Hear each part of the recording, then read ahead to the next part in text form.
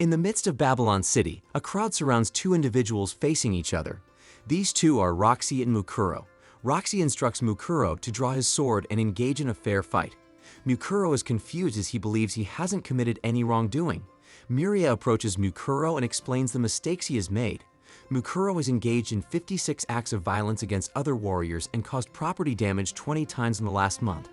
Mukuro denies this, stating that the warriors attacked him first. However, Roxy cannot overlook Mukuro's actions.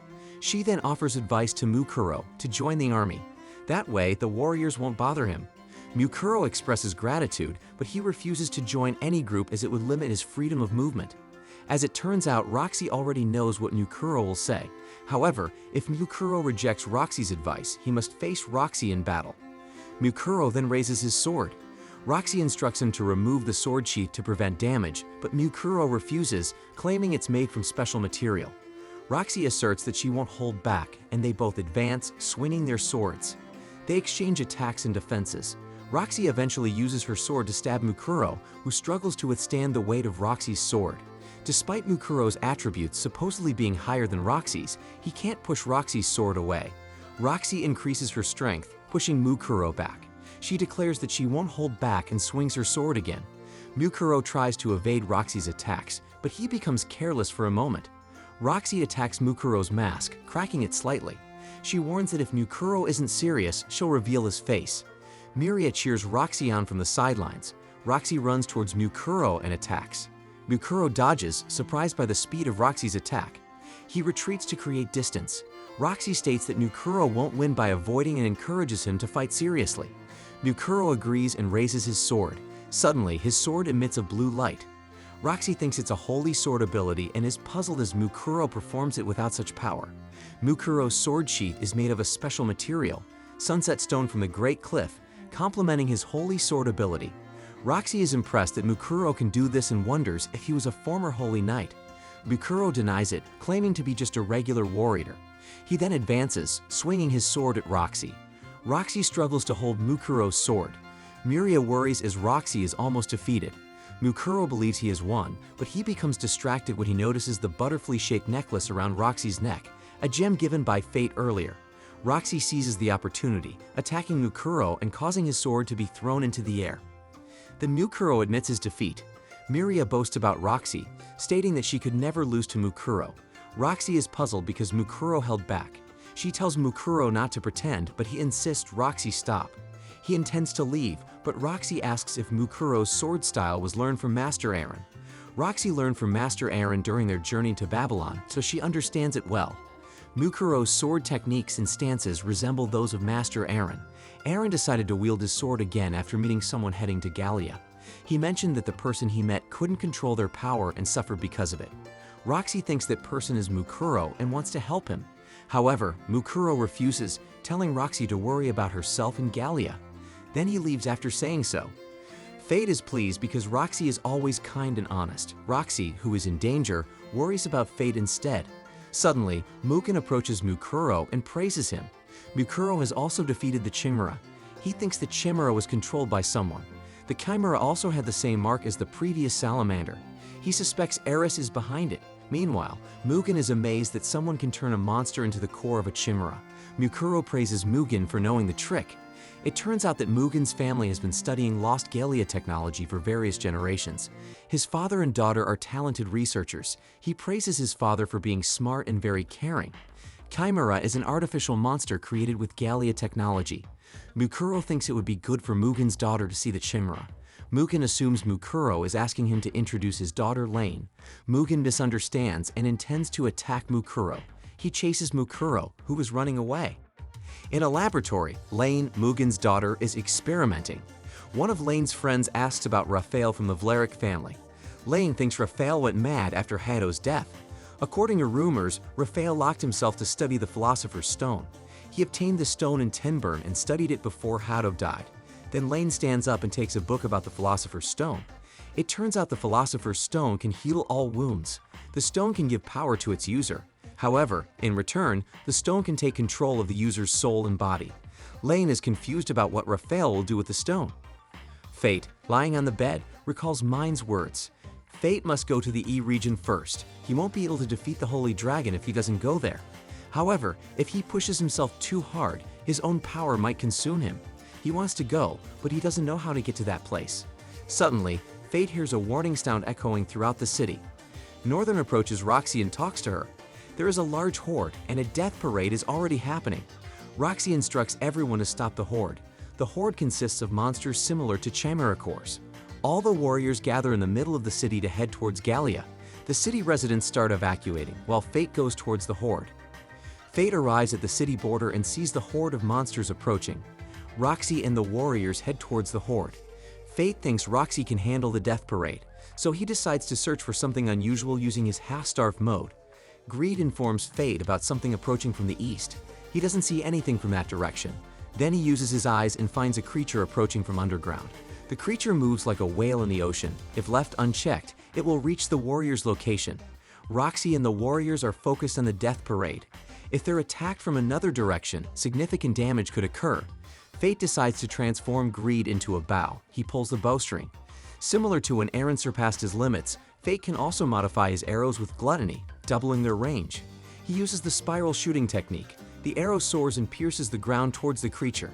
The arrow hits the creature, causing it to emerge from the ground. The creature is quite large. Fate is surprised because it bears the same mark as the previous monster. Then Fate leaps towards the monster, smiling. He can't imagine himself from the past being able to jump so high. Then he uses his identification ability. The creature is a crowned monster, the Omega Slime. Its stamina, magic, and vitality exceed 10 million. Suddenly, the slime monster attacks Fate with an acid rain. Fate transforms Greed into a shield to protect himself from the acid rain. The corrosive magic can add a corrosive effect to physical attacks. The slime monster uses this ability to move underground. Greed advises Fate to be careful with the acid rain. Fate can't fight up close. If he cuts its body and acid comes out, Fate's bones will dissolve. Fate pulls the bowstring again and tells Greed to take 10% of its attributes. The arrow soars with a fire effect and hits the slime monster. However, the slime monster disappears and suddenly reappears behind Fate. The slime monster splits itself and uses half of its body to shield itself from Fate's attack. The slime monster moves again and heads towards the warriors. Fate intends to pursue, but suddenly 3 small slime monsters appear.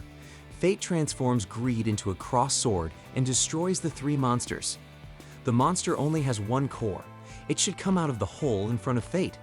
Fate plans to attack and destroy its core after it emerges. Fate jumps and tells Greed to take 20% of its attributes. He also combines ptarmigan blood with spiral shot.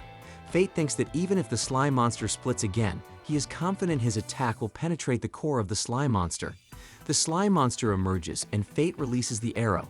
The arrow flies, but something suddenly hits the slime monster. After that, Fate's arrow hits the slime monster.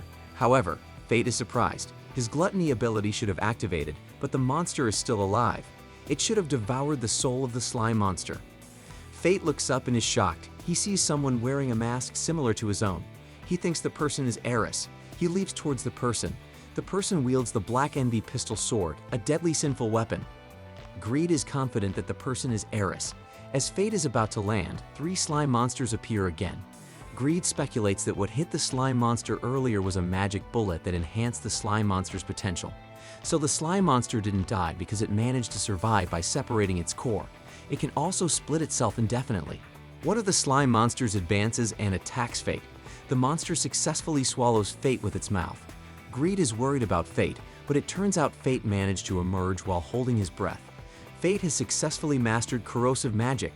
He begins to think that he hasn't eaten enough. However, Fate is surprised because he suddenly feels a bit unwell. The sudden attribute increase can cause gluttony to go berserk and make Fate in pain.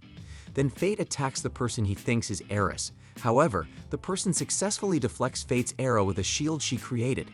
Greed instructs Fate to check his attributes. Fate's attributes have reached the human limit. Surpassing it means surpassing humanity, and that's what is referred to as the E region. So Fate's attack won't affect someone in the E region. Fate is frustrated and rushes towards the person recklessly. Fate swings his sword, but the person successfully blocks it with his sword. Fate sees the person's face up close and realizes that the person is not Eris. Then the person uses his power and pushes Fate back. The person transforms his sword into a pistol and attacks Fate. Fate transforms Greed into a shield, but he cannot withstand the attack. The person approaches the fallen Fate. Fate is about to surrender, but he must not resist this man next time. He must be determined to kill and die. The person directs his sword towards Fate. Desperate, Fate asks Gluttony to give him strength. Suddenly, power emerges and fills Fate's body. He has entered the E region and expresses gratitude to the masked person. He advances and swings his sword towards the person. The person holds Fate's sword, but Fate's strength successfully pushes him backward. The remaining slime monster advances and blocks Fate. Fate shouts, silencing the slime monster. Then Fate runs while avoiding shots from the person. He uses his sword to make the ground smoky and obstruct the person's view. Fate jumps and attacks the person from behind. He successfully destroys the person's mask, but he is surprised. The person turns out to be Northern. The person denies being Northern, confusing Fate. Then the person takes a whistle and blows it. Suddenly, the Holy Dragon comes and flies to the west. Fate has only 30 seconds. He decides to run after the dragon. However, the person obstructs and attacks Fate with his pistol. Fate deflects the attack, but more slime monsters appear in front of him. Then he decides to pass through the slime monsters while avoiding the person's shots. The Holy Dragon has reached Roxy and the warriors. Mugen instructs all warriors to stay away from the dragon. Roxy raises her sword and asks her deceased father for strength. Then the Holy Dragon shoots a laser from its mouth. Roxy watches the attack with fear. The attack is so powerful that it throws Mugen and the warriors who have already stepped back. Roxy is also thrown, but she is unharmed. Fate, disguised as Mukuro, uses his shield to protect Roxy from the attack. The Holy Dragon attacks again with its laser beam. Mukuro withstands the attack with all his might. He successfully holds the attack, but it shatters the mask on his face. Fate's face is revealed, and Roxy calls out to him. Fate smiles after Roxy calls him. Then he turns around and says that he hasn't seen Roxy in a long time.